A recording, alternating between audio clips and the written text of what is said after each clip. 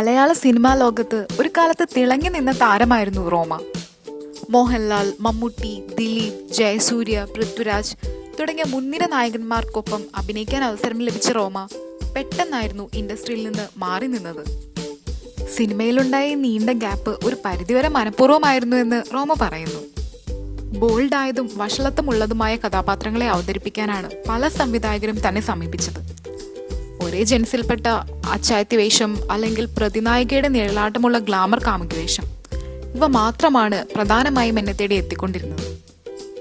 ഇങ്ങനെ type cast ചെയ്യപ്പെട്ടപ്പോൾ പ്രകടനത്തിലെ ആവർത്തനം എനിക്ക് തന്നെ മടുപ്പുളവാക്കി. പ്രേക്ഷകരുടെ കാര്യം പറയേണ്ടതില്ലല്ലോ.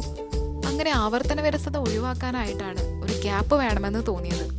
അങ്ങനെയാണ് ഞാൻ ബാംഗ്ലൂരിലേക്ക് തന്നെ തിരിച്ചു പോയത്.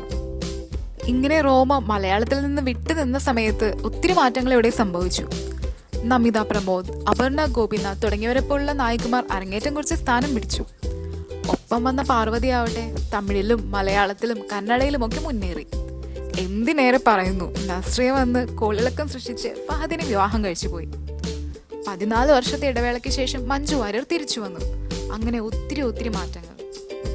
2012 സിനിമയിൽ നിന്ന് ഇടവേളയെടുത്ത റോമ 2015 നമസ്തേ ബാലി എന്ന ചിത്രത്തിലൂടെ തിരിച്ചെത്തിയെങ്കിലും സിനിമ വേണ്ടത്ര ശ്രദ്ധിക്കപ്പെട്ടില്ല. ആദ്യ ചിത്രത്തിലൂടെ തന്നെ വലിയൊരു തരംഗം സൃഷ്ടിച്ച നടിയാണ് റോമ. നോട്ട്ബുക്ക് എന്ന റോഷൻ ആൻഡ്രൂസ് ചിത്രത്തിലൂടെ അരങ്ങേറിയ 3 നായികമാരിൽ ഏറ്റവും ആദ്യം ഭാഗ്യം തുണച്ചത് റോമയെയായിരുന്നു. നോട്ട്ബുക്കിന് ശേഷം പാർവതിയും മരിയയും പിന്നോട്ട് തന്നെ നടന്നപ്പോഴും ജൂലൈ 4, ചോക്ലേറ്റ്, ലോലിപോപ്പ്, കളേഴ്സ് തുടങ്ങിയ ചിത്രങ്ങളിലൂടെ റോമ മുന്നേറി.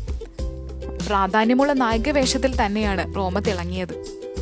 മലയാളത്തിലെ മിക്ക നടിമാരും മലയാളത്തിന് പുറമെ അന്യഭാഷയിലും തിളങ്ങി തുടങ്ങി. ഇപ്പോഴും മലയാളത്തിൽ തന്നെ അഭിനയിക്കാനാണ് തനിക്കിഷ്ടമെന്ന് റോമ പറയുന്നു. തൻ്റെ സിനിമാ കരിയറിൽ ഇതുവരെ ചെയ്ത കഥാപാത്രങ്ങളിലെല്ലാം താൻ സംതൃപ്തയാണ്. അതുകൊണ്ട് തന്നെ തൻ്റെ കരിയറിനെ ഓർത്ത് വിഷമിക്കേണ്ടി വന്നിട്ടില്ലെന്ന് റോമ പറയുന്നു. മാധ്യമത്തിന് നൽകിയ അഭിമുഖത്തിലാണ് ഇക്കാര്യം താരം പറയുന്നത്. സത്യ എന്ന പുതിയ ചിത്രത്തിലൂടെ ജയറാമിൻ്റെ കൂടെ ആദ്യമായി അഭിനയിക്കുകയാണ് റോമ. സിനിമയെ പൂർണ്ണമായി ഉപേക്ഷിക്കുവാൻ പറ്റാത്തതുകൊണ്ടാണ് ദീപന്റെ ക്ഷണം സ്വീകരിച്ചതെന്നും വ്യത്യസ്തമായൊരു കഥാപാത്രമാണിതെന്നും റോമ വ്യക്തമാക്കുന്നു. ഈ ജയറാം ചിത്രത്തിൽ നായികയായി റോമയോടൊപ്പം നികിതയും അഭിനയിക്കുന്നുണ്ട്. ഷെഹനാസ് മൂവി ക്രിയേഷന്റെ ബാനറിൽ ഫിറോസ് ആണ് സത്യ നിർമ്മിക്കുന്നത്. ത്രില്ലിംഗ് ആയ ഒരു റോഡ് മൂവിയാണ് ചിത്രമെന്നാണ് സൂചനകൾ. ഈ ചിത്രത്തിന് ഞങ്ങളുടെ എല്ലാവിധ ആശംസകളും. വീഡിയോ ഇഷ്ടമായെങ്കിൽ ലൈക്ക് ചെയ്യൂ, കൂട്ടുകാർക്കെല്ലാം ഷെയർ ചെയ്യൂ. കൂടുതൽ വിശേഷങ്ങൾക്കായി സബ്സ്ക്രൈബ് ചെയ്യൂ. Thank you for watching.